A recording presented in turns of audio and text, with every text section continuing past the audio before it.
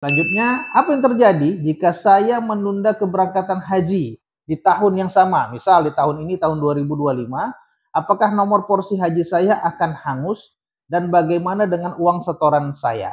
Ya, jadi kalau Bapak Ibu harusnya mendapat jatah keberangkatan di tahun itu, kemudian tidak melunaskan biaya ONH pada tahun itu.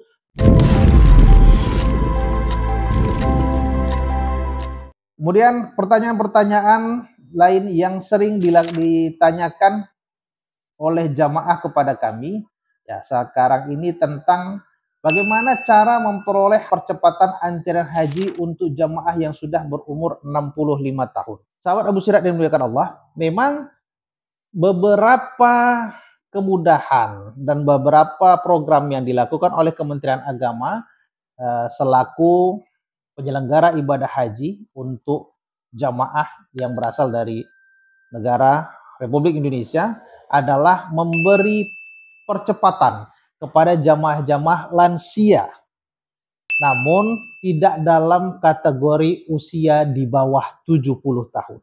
Jadi yang boleh dipercepat adalah jamaah-jamaah yang usianya sudah mencapai angka 70 sampai 75 tahun. Di bawah itu tidak akan diberikan percepatan kecuali ada kondisi-kondisi tertentu, misalnya menggantikan orang lain.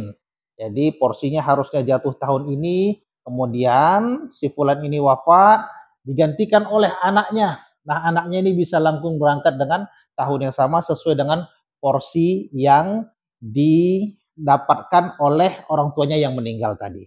Nah, tapi kalau percepatan selain itu di bawah usia 65 tahun itu tidak diperkenankan. Silahkan menunggu porsi haji yang ditetapkan oleh pemerintah Republik Indonesia.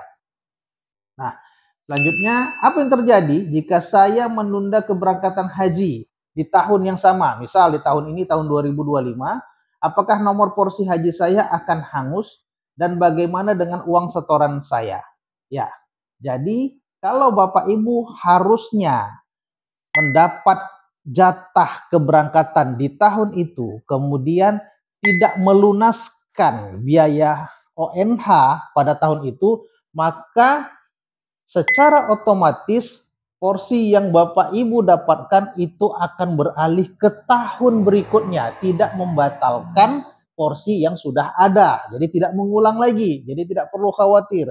Andaikan tahun ini tidak mampu melunasi karena alasan ekonomi atau karena faktor kesehatan atau karena tidak cukupnya istitoah yang lainnya, maka boleh menunda untuk tahun yang akan datang dan insya Allah itu akan diprioritaskan karena sudah jatuh nomor porsinya itu untuk berangkat di tahun yang kemarin. Nah, berapa kali ini boleh terjadi? Nah, itu boleh sampai 3 kali.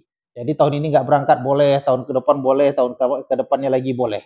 Nah, usahakan mental kita harus siap untuk bisa terus menerima dan mendapat panggilan ibadah haji kapanpun ketika pemerintah Republik Indonesia melalui Kementerian Agama menelpon atau menghubungi kita untuk bisa berangkat di tahun itu. Karena bisa jadi terjadi percepatan, ada kuota tambahan. Nah, jadi siapkan mental, siapkan harta kita, siapkan ilmu kita dan bekal-bekal lainnya untuk bisa berangkat haji kapanpun ketika Allah memanggil kita. Kemudian jika tidak melunasi BPIH, kuota tersebut itu bisa dialihkan. Andai kata misalnya begini, Bapak Ibu jatuh temponya sekarang, sudah bisa berangkat haji, kemudian sakit dan tidak lagi mampu berangkat atau wafat, maka boleh digantikan oleh ahli waris yang satu kakak atau keturunannya langsung ya, anak kandung.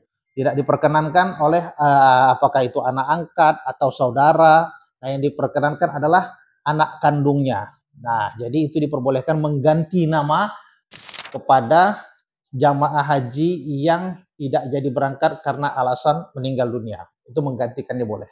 Ketika Bapak Ibu ternyata sudah mendaftarkan haji, kemudian wafatlah seseorang jamaah haji tersebut, namun tidak juga digantikan dengan orang lain, dengan ahli warisnya, maka si ahli waris yang tidak mungkin ahli warisnya punya kuota lain ya, yang ingin berangkat bersama istrinya atau suaminya, dia hanya menunggu yang sesuai dengan porsi yang sudah dia daftarkan. Nah, punya orang tuanya nih, misalnya sudah meninggal, itu boleh dicairkan, boleh dibatalkan, kemudian biaya setoran hajinya bisa dikembalikan, di-refund oleh pihak BPKH ya, yang saat ini mengelola keuangan haji Indonesia, itu dikembalikan, dan mungkin ada sedikit biaya-biaya administrasi yang harus dibayarkan.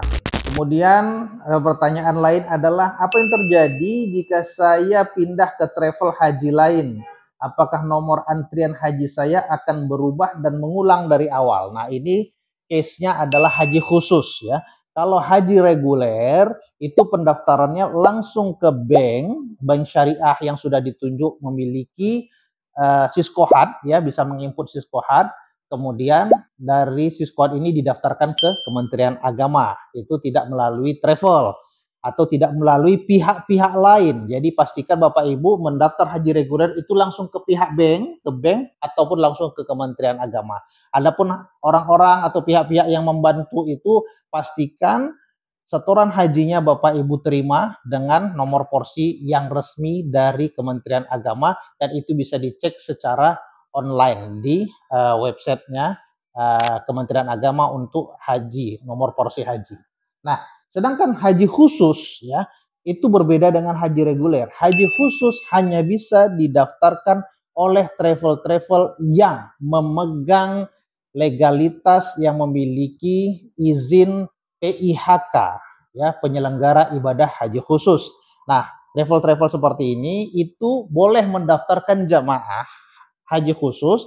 Nanti travel ini memiliki sistem Siskohatnya sendiri untuk mendaftarkan jamaah haji khusus, kemudian akan bekerja sama dengan Kementerian Agama, dan setelah didaftarkan nama Bapak Ibu, maka Bapak Ibu akan mendapatkan bukti setoran ibadah haji khusus, namanya BPIHK ya, bukti penyetoran ibadah haji khusus. Itu ada nomor porsinya di situ, dan tinggal menunggu. Kalau sudah keluar ini, Bapak Ibu tinggal menunggu antrian kapan akan diberangkatkan sesuai dengan nomor porsi nasional. Kalau haji reguler itu nomor porsinya berdasarkan urutan dari provinsi masing-masing.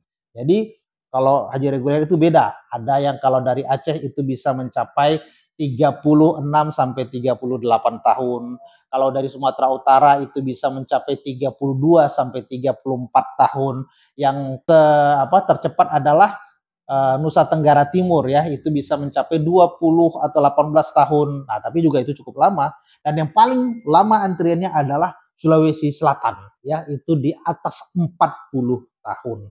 Nah, itu kalau haji reguler kuotanya adalah kuota provinsi. Sedangkan kalau haji khusus itu kuotanya kuota nasional. Kalaupun Ibu Bapak mendaftar di salah satu travel PIHK di Aceh, kuotanya sama dengan kalau Bapak Ibu mendaftar di salah satu travel yang memiliki izin PIHK di Jakarta. Jadi mau dimanapun Bapak Ibu daftar, tetap nomor porsinya nasional dan akan diberangkatkan secara global. Nomor porsi urutannya nasional. Kalau misalnya pindah setelah Bapak Ibu mendaftar, kemudian misalnya mendaftar di Jakarta, dan kemudian sekarang setelah dapat nomor porsi, mau pindah nih, mau berangkat dari Aceh, bisa apa enggak Ustadz? Bisa. Jadi Bapak Ibu akan diberikan surat formulir pemindahan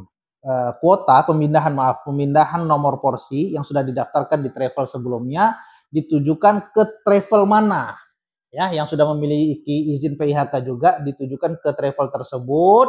Kemudian surat tersebut akan diterima oleh di mana Bapak Ibu mendaftar haji khusus. Nanti si PIHK tersebut, si travel sebelumnya akan memindahkan PIN. Jadi ganti PIN ke PIN travel yang terbaru ya, yang di mana Bapak Ibu memindahkan dari yang lama ke yang baru. Nah, jadi nanti akan terjadi koordinasi antara travel yang lama dengan travel yang baru. Ya, jadi Bapak Ibu cukup mengirimkan atau menulis surat pernyataan pemindahan porsi pendaftaran haji saja.